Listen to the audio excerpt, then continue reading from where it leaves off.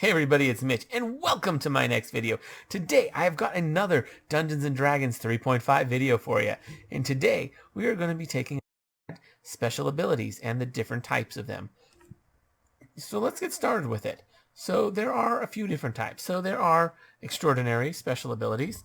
There are natural special abilities, which I actually missed, and I'll explain why. It's actually really easy to miss that one. There are spell-like abilities, and there are supernatural abilities. Those are the four types. So we're going to go over what all four of them are and how they all work. So first off, we're going to talk about extraordinary abilities. So extraordinary abilities are abilities that you manifest through hard work and skill. They sometimes break the laws of physics because these things go beyond the normal limits of the body. They're things that you're not usually supposed to be able to do, but you can, and you're doing it through mundane effort. So yeah, these will work in an anti-magic field. Typically, they're going to be a free action to use. Yeah, they're quite nice. Unless they say otherwise. If they say otherwise, then they take whatever time they say. But if they don't say, it's a free action for extraordinary abilities. Yeah, these things are really, really nice. Again, you can't dispel them. You can't dispel them because it's not magical. They work in anti-magic field. Spell resistance doesn't work. They don't provoke attacks of opportunity. They're just great, all around great. Then you have natural abilities.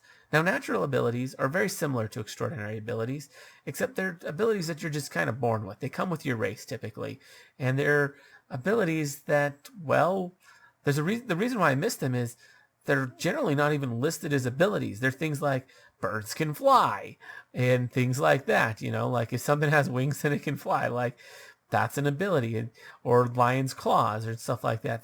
There's you don't activate these abilities. You know, if you're playing a race with wings, you don't say, I activate my wings and fly. No, you just fly. Like, you just flap your wings and fly. You don't activate them. So that's why I missed it, because they're not even called out half the time in the books. And when I say I missed it in my How to Play Dungeons & Dragons 3.5 video. I should check that out. Yeah. Natural abilities, they're basic. They work always. They don't provoke attacks of opportunity. All the same stuff with extraordinary abilities, except this stuff doesn't really break the laws of physics. They're just things that your race can naturally do. And they're sort of not even really abilities because of that. Then you have spell-like abilities. These are the most problematic ones. These are ones that emulate spells. So there's typically going to be a spell of the same name, and they're going to function just like that. They are going to be a little better than the actual spell, since it's only going to be at most a standard action to use them. So if the casting time was longer, then it will get reduced to a standard action, which is quite nice. Getting spell-like abilities for really long casting time spells can be very, very powerful. On top of that, you don't need, unless it otherwise states, you don't need material components or experience costs or anything. So, or somatic components or material components, you can just use them. That's just nice. So a lot of the restrictions that apply for spell casting go away with spell-like abilities. So pretty nice. These will provoke attacks of opportunity, just like a spell will. You can use like defensive casting. Like, they function similar to spells, but not spells. Since they don't require components and their casting time's lower. If their casting time is smaller than a standard action, then they can't be used in whatever action the spell actually takes. So, you know, if normally it's a swift action, they don't get raised to a standard action. They still are a swift action, which is nice. And there are ways to make spell-like abilities swift actions anyways, with like a quicken spell-like ability. It is a swift action. Earlier versions of the game will say free action, but no, it is a swift action. Earlier versions of the game did not include swift action, that wasn't a thing in the early parts of the game. So yeah, it's a swift action. It's something you can only do one a turn typically. Yeah. That's basically spell-like abilities. They don't work inside anti-magic fields. They can be dispelled.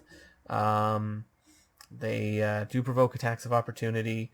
Yeah, they're pretty problematic in a lot of ways. Yeah, and then there's supernatural abilities. Supernatural abilities are very similar to spell-like abilities in a lot of ways, but they're better. At least they're easier to use. They're less restricted.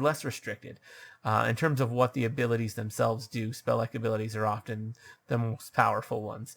Supernatural being second. So supernatural, again, with a supernatural, they can't be dispelled. So that's one thing that's nice. Although they are suppressed by an anti-magic field. But they don't have spell resistance applied to them, and they don't provoke attacks of opportunity. So that's pretty nice. And yes, I am reading the table from the Rules Compendium. It's nice. It's a very handy book to have. Trying to memorize all this is kind of tricky, but yeah, Jeff, if you have access to the Rules Compendium, definitely check that out, page 118 and 119. That's kind of where I'm pulling all this from. So, yeah. But yes, spell-like abilities, supernatural abilities, they're pretty good. Not as flexible as like an extraordinary ability or a natural ability. Which natural abilities aren't even on the table because they're like not even really abilities, and they follow all the same rules as extraordinary for all intensive purposes, except for using a natural ability is actually not a free action; it's a non-action. So yeah.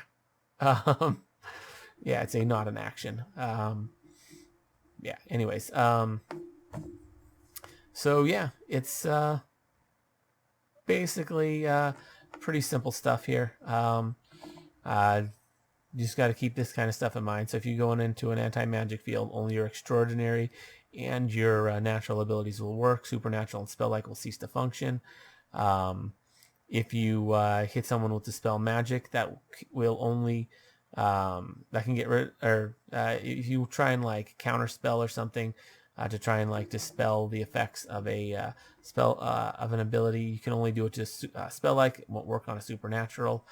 They cannot be dispelled. They can be suppressed by an anti-magic field, but you can't actually dispel them since they're not really magic. They're just using a kind of mystical source.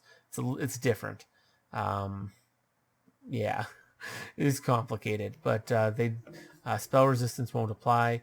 Spell resistance, again, with spell-like abilities, it only applies if the spell that it's emulating gives it. So a spell that doesn't offer spell resistance will not have that. So if you had a spell-like ability for like, I don't know, Orb of Acid, then that would not have spell resistance. However, all the other stuff would apply as normal. You could still do everything else to that. So yeah, that's basically all I have to say about it. It's fairly short, sweet, simple, to the point.